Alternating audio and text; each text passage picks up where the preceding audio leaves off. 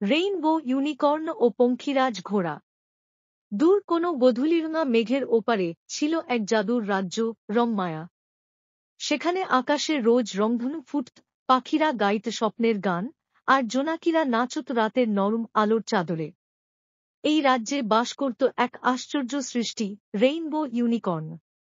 তার শরীরে ছিল 7 রঙের দীপ্তি, শিং থেকে ঝরত রঙের জ্যোতি, আর ডানায় জ্বলজ্বল করত তারা। সে শুধু সুন্দর নয়, ছিল এক আলোকপথিক, এক আশার প্রতীক। কিন্তু হঠাৎ একদিন রংমায়ার আকাশ হয়ে গেল ধূসর, নিস্তেজ। রংধনু মিলিয়ে গেল, পাখির গান থেমে গেল, আর শিশুদের চোখে জমে উঠল অদ্ভুত বিষণ্ণতা। সেই দিনই জানা গেল, অন্ধকারের দানব কালকুয়াশা রংমায়ার প্রাণহীরা অমলরং চুরি করে লুকিয়ে রেখেছে রেইনবো রোডের শেষ প্রান্তে, এক গুহার অন্ধকারে। অমলরং ছাড়া রংমায়ার আকাশ কখনোই রঙিন হবে না। রেইনবো ইউনিকর্ন সিদ্ধান্ত নিল, সে একাই যাবে অমলরং ফিরিয়ে আনতে। সে জানত পথ সহজ নয়। পার হতে হবে হিমঘুম অরণ্য, ছাড়িয়ে যেতে হবে বিষজ্বালা পর্বত, আর পেরোতে হবে নিভু অরণ্য, যেখানে কোনো শব্দ নেই, শুধু নিঃসঙ্গতা। ঠিক তখনই এক ঝলক ধূমকেতুর মতো আকাশ চিরে নেমে এল এক কিংবদন্তি, পঙ্খিরাজ ঘোড়া।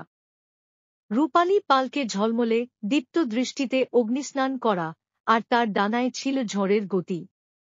সে রেইনবো ইউনিকর্নের পাশে এসে থেমে দাঁড়াল। পঙ্খিরাজ বলল, তুমি একা নও, রেইনবো। আলো যেখানে লুকায়, আমি সেখানে ডানা মেলি। রঙের নিঃশব্দ কান্না আমি শুনতে পাই।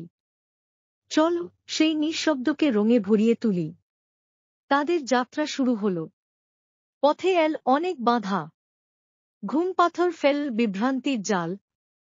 সময়জাল আটকে রাখল মুহূর্তকে চিরকাল। ছায়াস্রবর ভোলাতে চাইল তাদের মন। কিন্তু রেইনবো ইউনিকর্ন নিজের হৃদয়ের আলোয় বিভ্রম কাটাল। আর পঙ্খিরাজ তার আগুন ডানা দিয়ে সময়চক্র ভেঙে ফেলল। শেষে তারা পৌঁছাল কালকুয়াশার গুহা। সেখানে দাঁড়িয়ে অন্ধকারের দান ভেসে বলল, তোমরা তো স্বপ্ন মাত্র, আর আমি বাস্তবের অন্ধকার। কিন্তু রেইনবো ইউনিকর্ন তার শিং থেকে ছড়িয়ে দিল এক ফোঁটা হৃদয়ালো। আর পঙ্খিরাজ ঘোড়া ঝাপটা দিল তার রৌদ্র পাখা। আলো ছুঁয়ে ছিন্ন হল কুয়াশা, গুহা ভরে উঠল রঙের বিস্ফোরণে। অমলরং জেগে উঠল, আর রংধনু ফিরল রংমায়ার আকাশে। সেই দিন থেকে প্রতিটি রংধনুর মাঝে এক রহস্য থাকে। প্রতিটি স্বপ্নে দেখা যায় রৌদ্রপাখা আর তারাডানা। রেইনবো ইউনিকর্ন ও পঙ্খিরাজ ঘোড়া, আলোকের দুই রক্ষাকর্তা।